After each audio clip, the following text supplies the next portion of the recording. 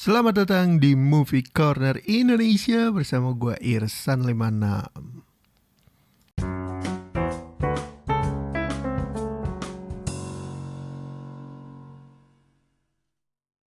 Hey, masuk ke hari 23 dengan tema kita hari ini adalah penyesalan.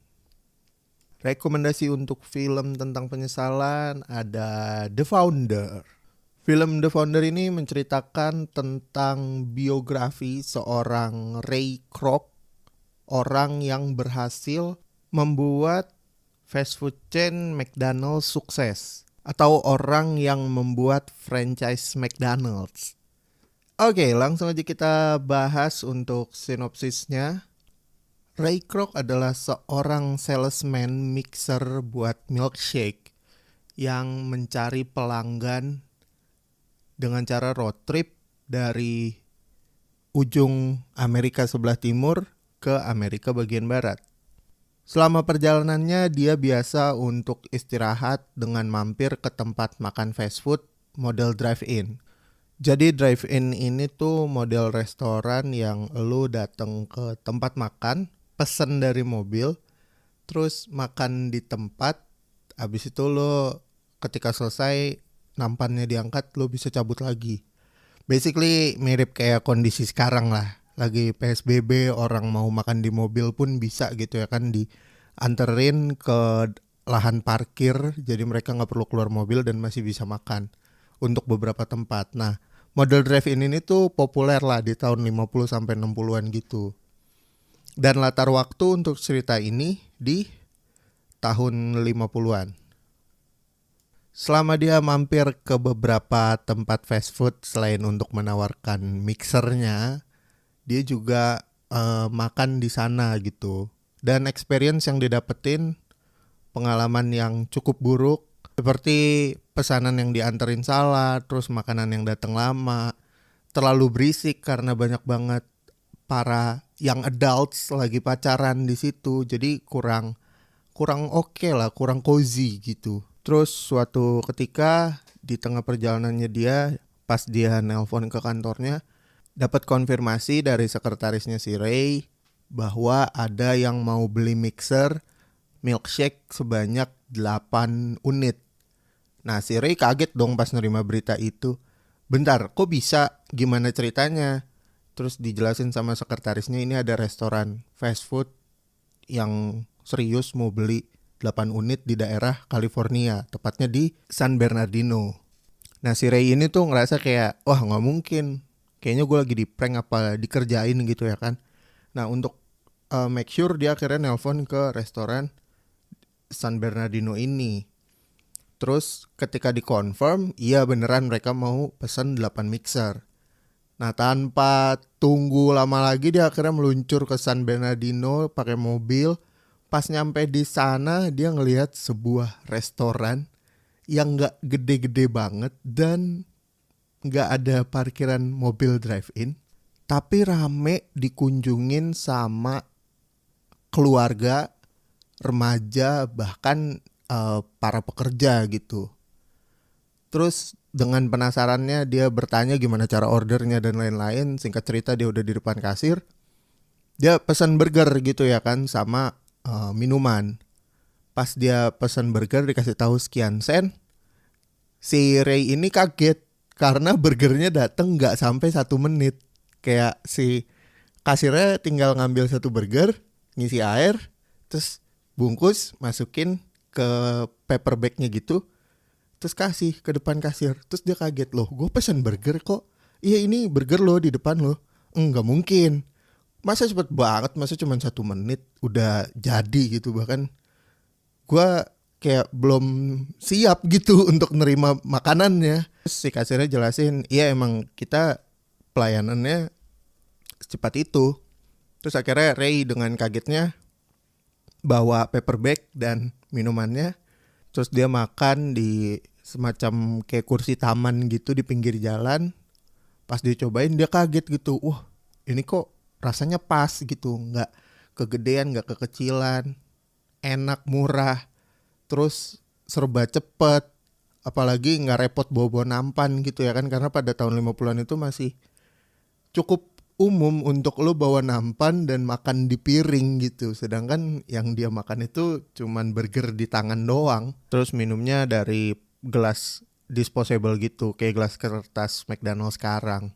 Nah, pas si Ray Kroc masih impress gitu dengan apa yang dia dapat dan apa yang dia rasain, muncul salah satu pendiri McDonald's, yaitu ada Mac McDonald's.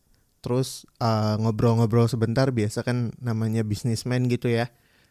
Nah, dari situ Mac ngajak untuk ketemu adiknya, namanya Dick McDonald's. Nah, Mac dan Dick ini adalah founder sebenarnya dari McDonald's yang ada di San Bernardino. Ketika Ray Kroc akhirnya diperkenalkan dengan dapurnya McDonald's, dia ngajak Mac dan Dick ini untuk makan malam gitu, untuk bercerita sebenarnya gimana sih awalnya kalau orang bisa bikin kayak gini. Nah, singkat cerita, intinya adalah McDonald's itu punya filosofi ketika semua dikerjakan dengan efisien, maka tidak ada waktu yang terbuang dengan sia-sia. Mereka membuat sebagaimanapun ceritanya proses supply chain yang ada di dapur itu untuk bisa memproduksi burger terus-menerus kayak di pabrik dengan jumlah tertentu, waktu yang singkat, tapi kualitas yang pas, kayak gitu formulanya, dan akhirnya jadilah McDonald's pertama di San Bernardino. Abis dikasih tahu kayak gitu, si Ray Kroc jadi berpikir kayak, oke, kayaknya gue tertarik nih untuk buka yang kayak gini nih, karena ini restoran nih unik gitu dan belum pernah ada yang seinovatif itu. Terus singkat cerita mereka akhirnya ngobrol dengan negosiasi yang alot. Akhirnya Ray Kroc bisa untuk buka cabang McDonald's. Nah, dari situ sebenarnya konflik baru akan dimulai, karena ketika Ray Kroc membuka cabang, dia mencoba menarik investor lain, tapi ternyata semua perusahaan yang dia coba untuk dirikan ini nggak menghasilkan keuntungan yang bagus. Terus dari situ dia mulai pusing dan mulai terlilit hutang, sampai akhirnya dia negosiasi untuk perubahan kontrak baru dan lain-lain, antara kontrak kerjasama dengan si Mac and Dick ke dia gitu. Sampai akhirnya dia ketemu salah satu financial consultant di sebuah perjalanan. Terus si financial consultant ini ngasih tahu sebenarnya lo tuh bisa dapat duit lebih banyak lagi, tapi polanya harus diubah dengan model franchise real estate. Gampangnya adalah semua orang yang mau punya McDonald's itu kayak dikumpulin uangnya secara patungan, atau kalau yang mau punya sendiri juga bisa. Terus dia tinggal tunjuk-tunjuk aja tuh mau ditaruh di mana, mau ditaruh di kota mana, kayak gitu-gitu. Itu gampangnya lah ya. Karena versi susahnya gue juga nggak tahu. Nah, dari situ konfliknya dimulai. Dan ketika si Mac and Dick tahu bahwa si Ray Kroc udah mulai berulah dengan membuka cabang lebih banyak lagi tanpa izin mereka mulai masuk jalur hukum. Tapi ternyata secara hukum apa yang dilakukan Ray Kroc itu legal dan tidak menyalahi kontrak kerja mereka. Dari situ mulai sengketa deh tuh. Penamaan McDonald's, pemegangnya apakah Ray Kroc atau McDonald bersaudara Mac and Dick. Nah, buat yang penasaran lebih lanjut bisa langsung cek film The Founder di video on demand kesayangan kalian. Dia ada di Netflix, tapi Netflix USA, bukan Netflix Indonesia. Ya, jadi selamat berpetualang mencari film The Founder di video on demand kesayangan kalian. Oh iya, untuk pemeran-pemeran yang ada di film The Founder ini ada Michael Keaton, ada Nick Offerman, ada John Carroll Lynch, Linda Cardellini, Patrick Wilson, BJ Novak, Laura Dern. Film ini rilis di Desember 2016, tepatnya di ArcLight Hollywood, terus akhirnya rilis di seluruh Amerika di Januari 2017.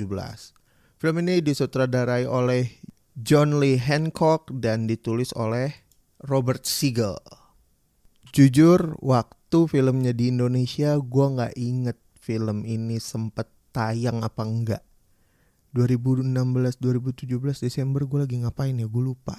Jujur gue gak inget sama sekali, karena gue nonton film ini tuh di 2017 akhir. Kayak gitu. Kayaknya gue kelewat sih. Kayaknya gue kelewat nonton film ini di bioskop.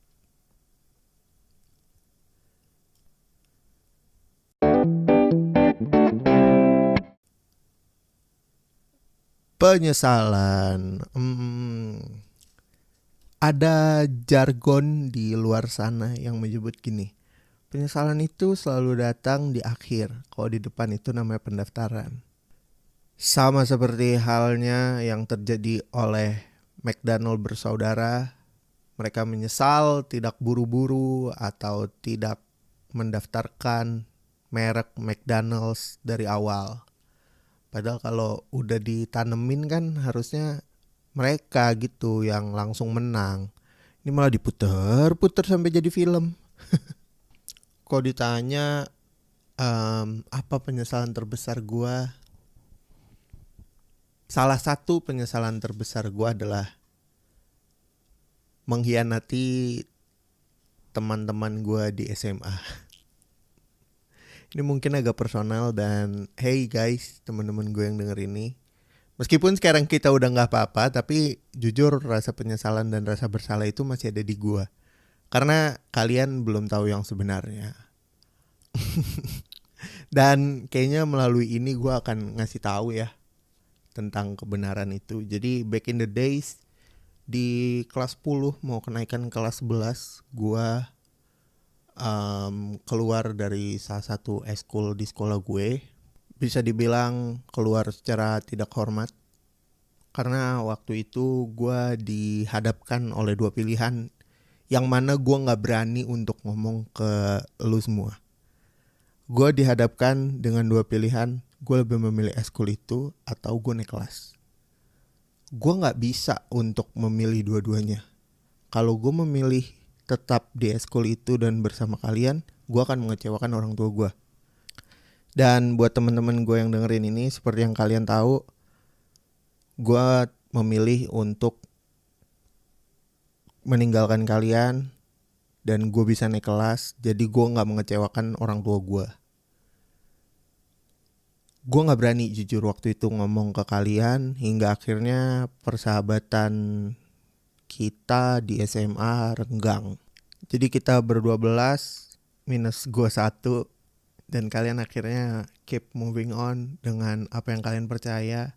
Dan gue terima kasih banget kepada di antara kalian yang bersebelas udah bisa nerima gue dalam waktu singkat maupun panjang ya. Karena semenjak itu kan gue untuk sapa-sapaan dan untuk tegor-tegoran sejujurnya agak jengah dan agak canggung dengan kalian. Tapi terima kasih buat yang udah tetap nerima gua sebagai teman kalian yang selalu bersama selama kelas 1 waktu itu.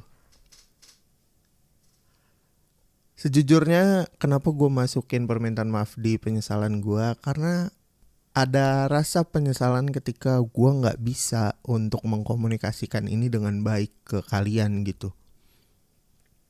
Gimana caranya gue ngasih tahu? Karena kondisinya itu waktu sudah mepet.